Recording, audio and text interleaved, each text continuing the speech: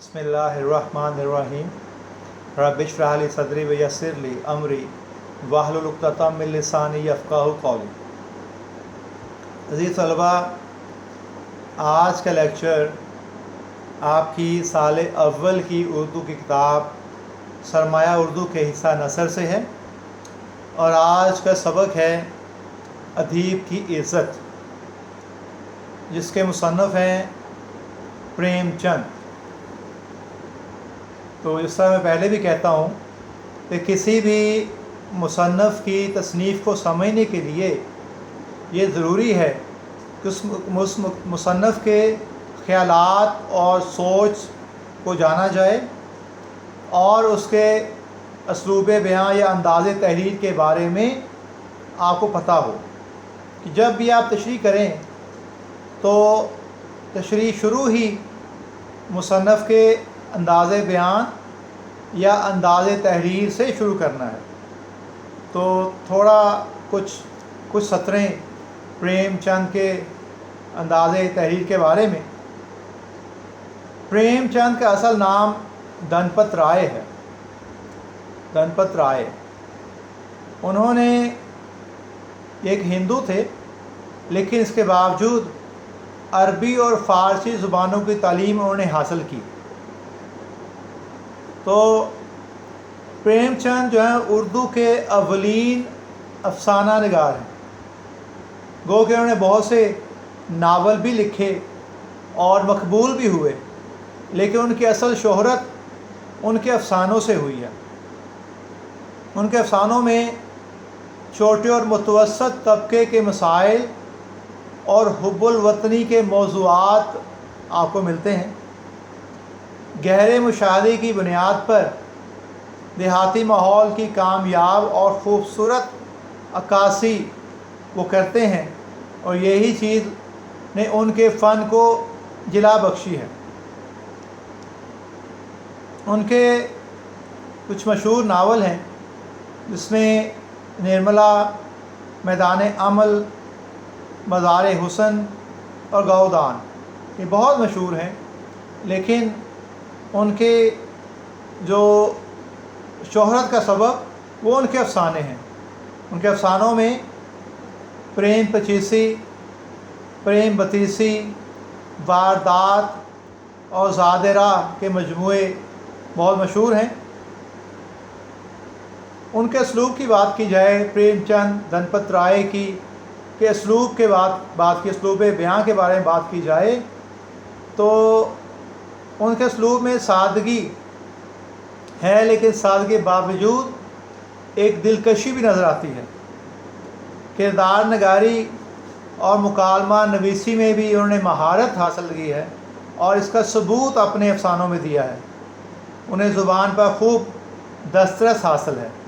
یہ تھوڑا سا آپ ان کے اسلوب بیان کے بارے میں، انداز تحریر کے بارے میں لکھیں گے۔ اور یہ سبق جو ہے ادیب کی عزت، یہ ادیب کی عزت سبق جو ہے، یہ انہوں نے معاشرے میں ایک حساس اور فراموش کردہ طبقے کی عزت نفس کو موضوع بنایا ہے۔ عزت نفس کو موضوع بنایا ہے۔ اب اس میں انہوں نے ایک ایسا کردار ادا کیا ہے جو ایک ادیب ہے۔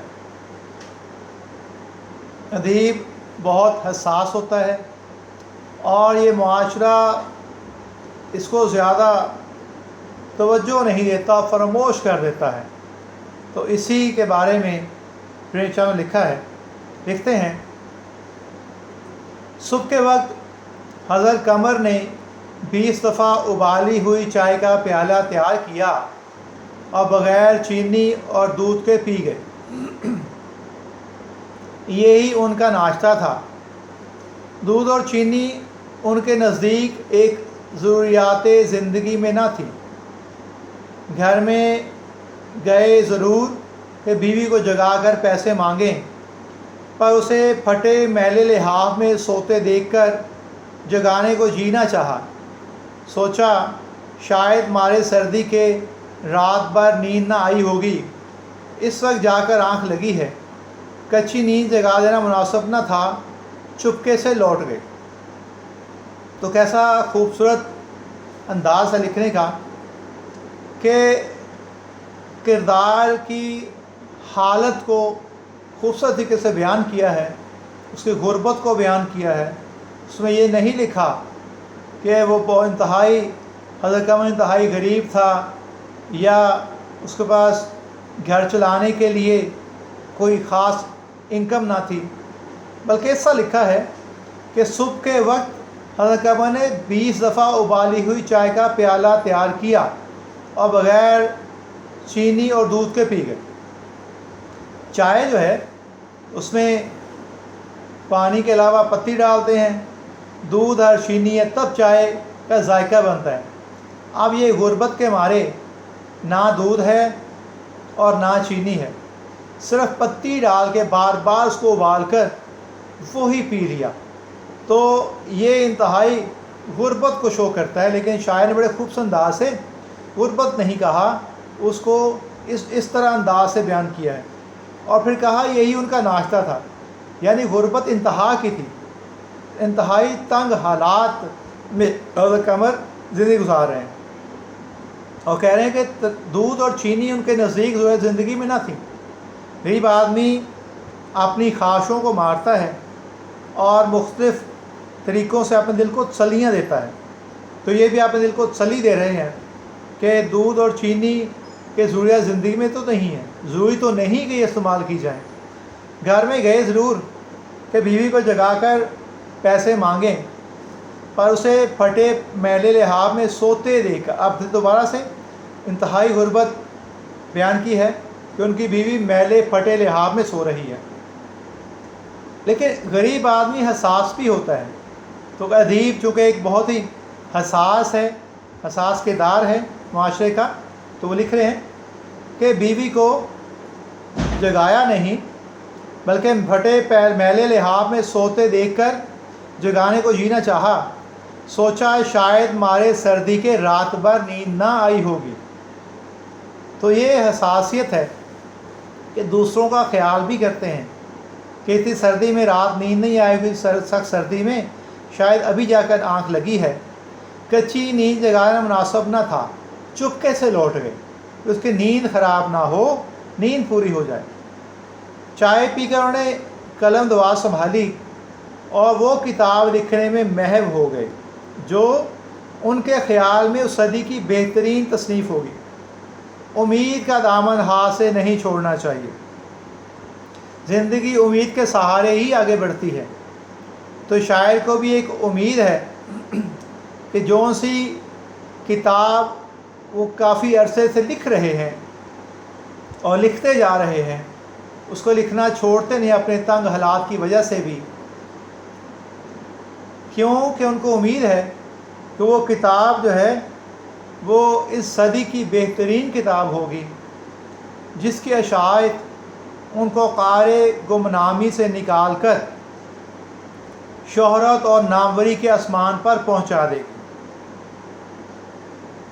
تو شہرت اور ناموری بھی شہرت کہتے ہیں، مترادف الفاظ استعمال کیے ہیں کہ یہ کتاب جب مکمل ہوگی اور شائع ہو کر مارکیٹ میں پہنچے گی، تو شاعر کو امید ہے کہ ایک تو جو اس کو لوگ جانتے نہیں، اس کی عزت نہیں کرتے اس کے فن کی وجہ سے، وہ بہت مشہور ہو جائیں کتاب کی اشاعت سے، اور دوسرا ان کے حالات بھی بدل جائیں گے۔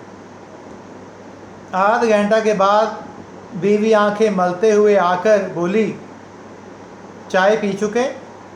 قمر نے خوش ہو کر جواب دیا، ہاں پی چکا، بہت اچھی بنی تھی۔ اب اپنے دل کو بھی تسلی دی ہے اور اپنے جو ساتھ زندگی کا ساتھی ہے اس کو بھی اس انداز سے کہا کہ خوب اچھی بنی تھی، تاکہ وہ بھی تنگ حالات میں اور تنگ نہ ہو جائے۔ مگر دودھ اور چینی کہاں سے لائے؟ بیوی جانتی ہے کہ گھر میں نہ دودھ تھا نہ چینی تھی، تو یہ کیسے چائے ان کو اچھی لگی، کیسے چائے بنائی؟ آج کل سادہ چائے اچھی معلوم ہوتی ہے، دودھ اور چینی ملانے سے چائے کا ذائقہ بگڑ جاتا ہے۔ ڈاکٹروں کی بھی یہی رائے ہے۔ یورپ میں تو دودھ کا بالکل رواج نہیں، یہ تو ہمارے ہاں کے رئیسوں کی ایجاد ہے۔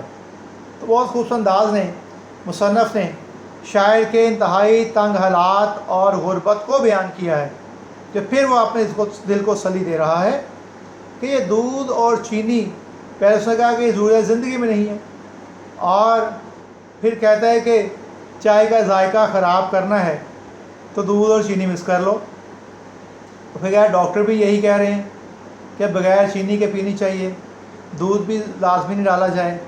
اور پھر مثال دے رہا ہے آپ تسلی دینے کے لیے کہ یورپ میں تو لوگ دودھ استعمال نہیں کرتے چائے میں، اب وہ تو کافی پیتے ہیں۔ تو اسی انداز میں شاعر نے اپنے آپ تسلی دی اور اپنے حالات پہ کڑنے کی بجائے اس نے فی الحال اس پہ کمپرومائز کر لیا، سمجھوتا کر لیا۔ نہ جانے آپ کو پھیکی چائے کیوں کر اچھی معلوم ہوتی ہے، مجھے جگا کیوں نہ لیا، پیسے رکھے تھے۔ تو یہ ان کی بیوی کہتی ہے کہ پھیکی چائے چینی کے بغیر تمہیں کیسے اچھی لگتی ہے، مجھے سمجھ نہیں آتی، مجھے نیند سے جگا تو لیتے۔ قمر نے جواب نہ دیا اور پھر لکھنے لگے۔ جوانی ہی میں انہیں یہ بیماری لگ گئی تھی اور آج 20 سال سے وہ اسے پالے ہوئے تھے۔ بیماری کون سی؟ لکھنے کی، کہ جوانی سے ہی وہ لکھتے آ رہے ہیں، 20 سال سے وہ لکھنے کا کام کر رہے ہیں، ادیب ہیں۔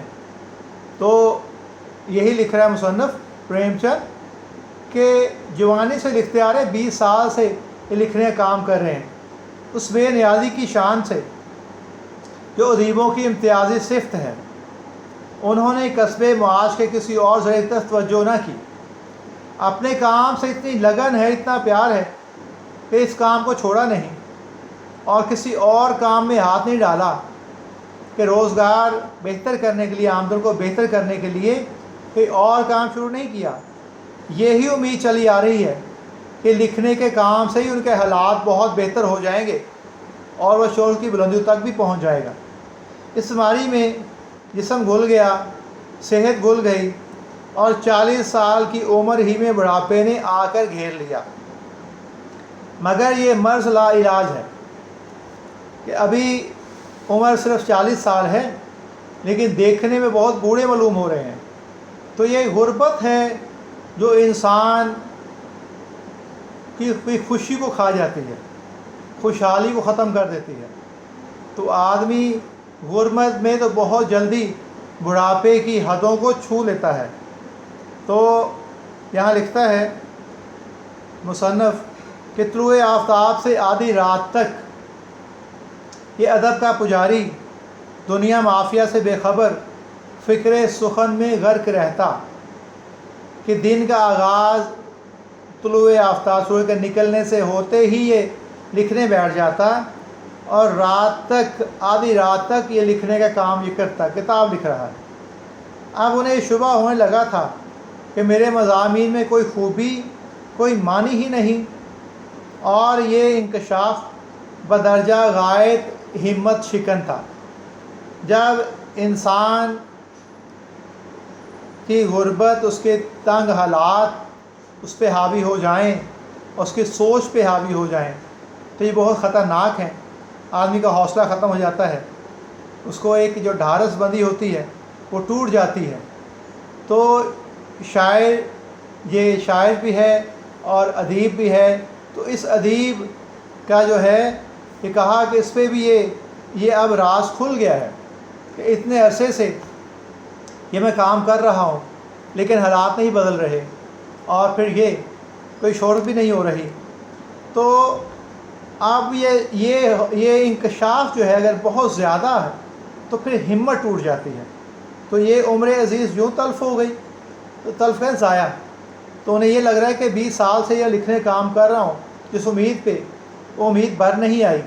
اس کا مطلب ہے کہ زندگی میں اپنی ایسے ہی ضائع کر دی ہے، اور یہ تسکین بھی نہیں کہ دنیا نے ناقدری کی ہو، مگر ان کا کارنامہ حیات حقیر نہیں۔